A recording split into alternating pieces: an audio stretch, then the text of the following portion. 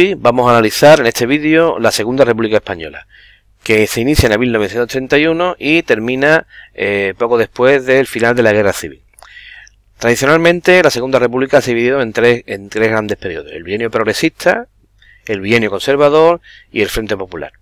Aunque también se analiza siempre un periodo intermedio, el inicio de la República o el gobierno provisional, que va desde el final de la monarquía al inicio del bienio progresista. Vamos a analizar este periodo, los inicios de la Segunda República. Desde que Primo de Rivera dimite con el fin de la dictadura, hasta que se intenta volver a la normalidad y aparecen las elecciones de abril de 1931, ese periodo se conoce como dicta blanda, que es un intento de volver a la normalidad que consistía básicamente para los partidos tradicionales en volver al sistema de la Restauración. Pero durante la dictadura y en este periodo de la dicta blanda, los partidos de izquierda y republicanos se ven reforzados por el fracaso de la dictadura y el fracaso del rey al apoyarla, y firman el Pacto de San Sebastián exigiendo el final de la monarquía y el inicio de un nuevo sistema republicano. En esas elecciones municipales, que son las primeras que se convocan el 12 de abril, el resultado es bastante equívoco, porque aunque los republicanos no tienen mayoría, todo el mundo considera, por lo que había pasado tradicionalmente en las elecciones españolas, que es un triunfo bastante grande porque consigue pues casi la mitad de los votos.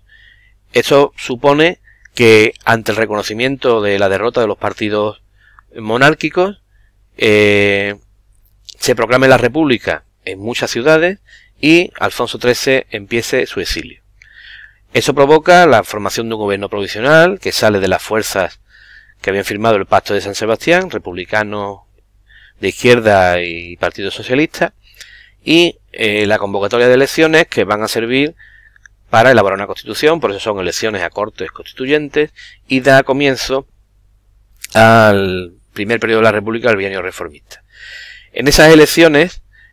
como podemos ver, son los grupos de izquierda con el Partido Socialista como primer partido más votado la que gana esas elecciones, y los grupos de centro-derecha pues tienen peores resultados, y destaca dentro de ellos el Partido Radical de Lerroux. En ese bienio progresista empieza a funcionar, empieza ya a estar vigente la Constitución del año 31, que tiene estas características, en las que podemos destacar pues fundamentalmente que es una Constitución que no tiene el consenso de una gran mayoría de fuerzas políticas, puesto que los partidos de derecha no la apoyan, que establece unas Cortes unicamerales, que establece la propiedad privada pero con la posibilidad de expropiación por utilidad social, que permite la organización de autonomías dentro de un Estado integral, y el aumento de derechos y deberes, entre los que están el sufragio universal masculino, el sufragio universal, permitiendo incluso el voto femenino ya en 1933, y la posibilidad de divorciarse o de tener matrimonio civil como en otros países democráticos. Bien, pasamos entonces a analizar el bienio reformista. El bienio reformista supone la aparición de un nuevo sistema político. Se elige presidente a Niceto Alcalá Zamora, que es representante de un partido de derecha, y el presidente del gobierno es Manuel Azaña. El gobierno lo forma republicanos de izquierda con apoyo del Partido Socialista. En ese bienio reformista, lógicamente, se intentan varias reformas, muy ambiciosas, muy amplias y bastante importantes, que precisamente por su intensidad pues van a tener bastantes problemas. A mí me gustaría destacar sobre todo la reforma agraria, por su importancia, por lo que supone de tradición reivindicativa de los campesinos sobre todo del sur de España, y lo que supone de esfuerzo para poder conseguir un mejor reparto de la propiedad. Y también la educativa,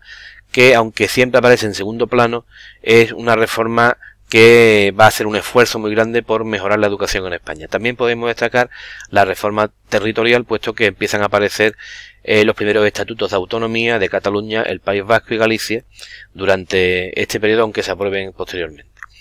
Este periodo tiene muchos problemas que podemos decir económicos, porque aparece en un periodo de crisis, de recesión debido a la gran crisis mundial de los años 30.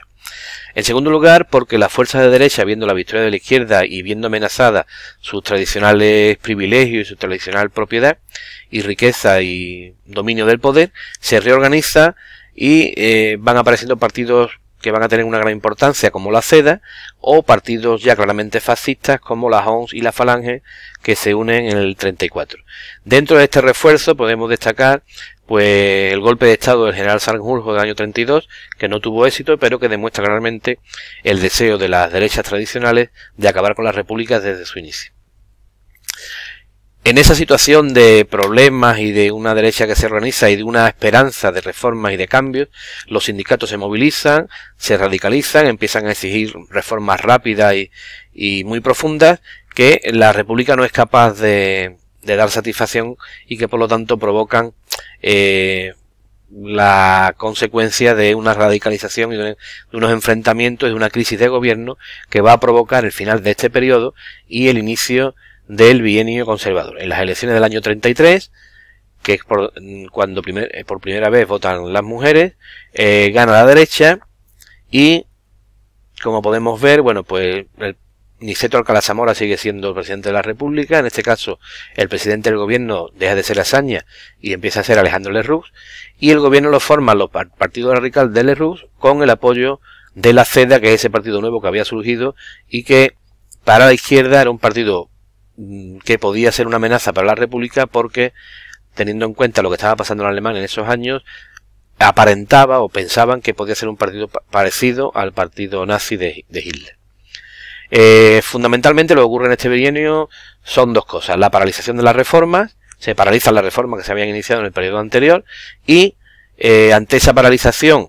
y la entrada de la CEDA en el gobierno en el año 34, los sindicatos y los partidos de izquierda organizan una huelga general que desemboca en lo que se conoce como la Revolución de 1934, con dos grandes focos: un foco nacionalista en Cataluña, se proclama la República Catalana, y un foco mucho más obrero y social en Asturias, que es el que dura más, el más violento, y el que supone la aparición de una represión militar bastante fuerte en manos o a cargo del general Franco, que fue el encargado de reprimir la Revolución de Octubre. Toda esa inestabilidad, todos esos problemas, a todo eso se le añade una crisis entre los miembros del gobierno por problemas de corrupción y la necesidad de convocar elecciones por falta de apoyo del gobierno, que provoca la aparición del tercer periodo, el Frente Popular. El Frente Popular es un periodo corto, muy convulso, bastante interesante, porque podemos decir es la culminación de toda la evolución de la República. El Frente Popular,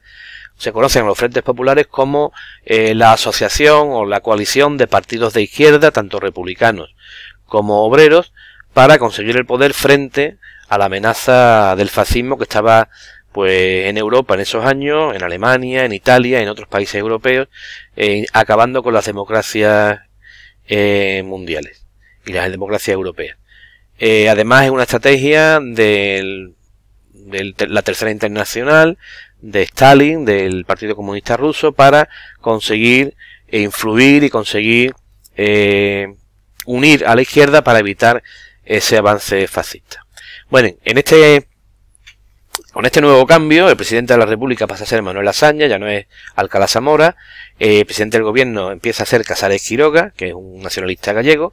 y el gobierno lo forman, como en el primer periodo, republicanos de izquierda y partidos obreros, en este caso también con el Partido Comunista. Las características básicas de este periodo corto son fundamentalmente también dos. Se reanudan las reformas que se habían paralizado en el periodo anterior, las reformas del primer periodo reformista,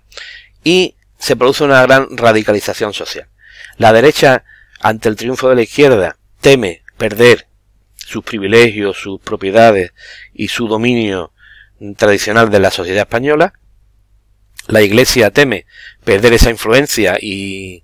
perder la influencia económica y social y espiritual sobre la sociedad. Y la izquierda, viendo el triunfo por fin de partidos de izquierda y el deseo de hacer reformas y cambios profundos, se radicaliza pidiendo que esos cambios fueran más profundos y más rápidos de lo que realmente el Frente Popular le dio tiempo a plantear. Ante esa radicalización, algunos militares empiezan una conspiración pensando, desde su punto de vista, que la victoria del Frente Popular era una amenaza para sus principios. ¿Cuáles son? El orden, la estabilidad, la unidad de la patria, la defensa de la tradición, de la Iglesia, es decir, los principios que defendían claramente las clases privilegiadas y la derecha política. Y esa conspiración contra el gobierno legítimo de la República elegido por la población es la que provoca la aparición del golpe de Estado en julio de 1936 y el inicio de la guerra civil, que es lo que vamos a analizar en el siguiente vídeo. Pero antes de terminar, vamos a ver también algo que puede completar y que puede ayudar a entender todo lo que ha ido pasando y todo lo que hemos visto durante la República, que es la existencia de una serie de fuerzas políticas que podemos ver aquí. Aunque es un cuadro muy simple, por eso mismo puede resultarnos más sencillo, donde vemos partidos de izquierda y partidos de derecha o centro derecha. Partidos de izquierda que tienen una serie de principios donde podemos destacar, por ejemplo, el Estado laico, más derechos sociales y laborales, la reforma agraria, que haya autonomías, que pueden ser partidos claramente republicanos, como la Acción Republicana o Izquierda Republicana de Manuel Azaña, que pueden ser partidos autonomistas o nacionalistas, como la Esquerra Republicana Catalana o la ORGA, la Organización Gallega, o partidos claramente obreros y sindicatos, el Partido Socialista Obrero Español, el PSOE, su sindicato, la UGT, los grupos anarquistas, CNT y FAI, y el Partido Comunista, que es un partido que aparece en el año 1921. También aparece otro partido de menos importancia, pero que va a tener su papel en esta época, que es el Partido Obrero de Unificación Marxista. En la derecha, pues sus principios serían el Estado confesional, siguiéndole dando importancia a la Iglesia, defensa de la propiedad agraria tradicional, contrario a las reformas laborales y no reconocer el derecho a la autonomía. Los partidos de centro derecha pueden ser republicanos, como el Partido Radical de la Rus o el de Alcalá Zamora. Pueden ser autonomistas, como la Lliga Regionalista Catalana o el Partido Nacionalista Vasco, o sindicatos de poca importancia pero con una cierta influencia en algunos territorios. O pueden ser claramente antirrepublicanos, que son monárquicos, y más adelante, o durante la República, aparecen grupos claramente fascistas como la ONS o la Falange Española de Primo de Rivera. Bien, con esto terminamos el análisis de la República, de su intento de establecer un sistema democrático en España, y seguiremos con el siguiente vídeo sobre la guerra civil.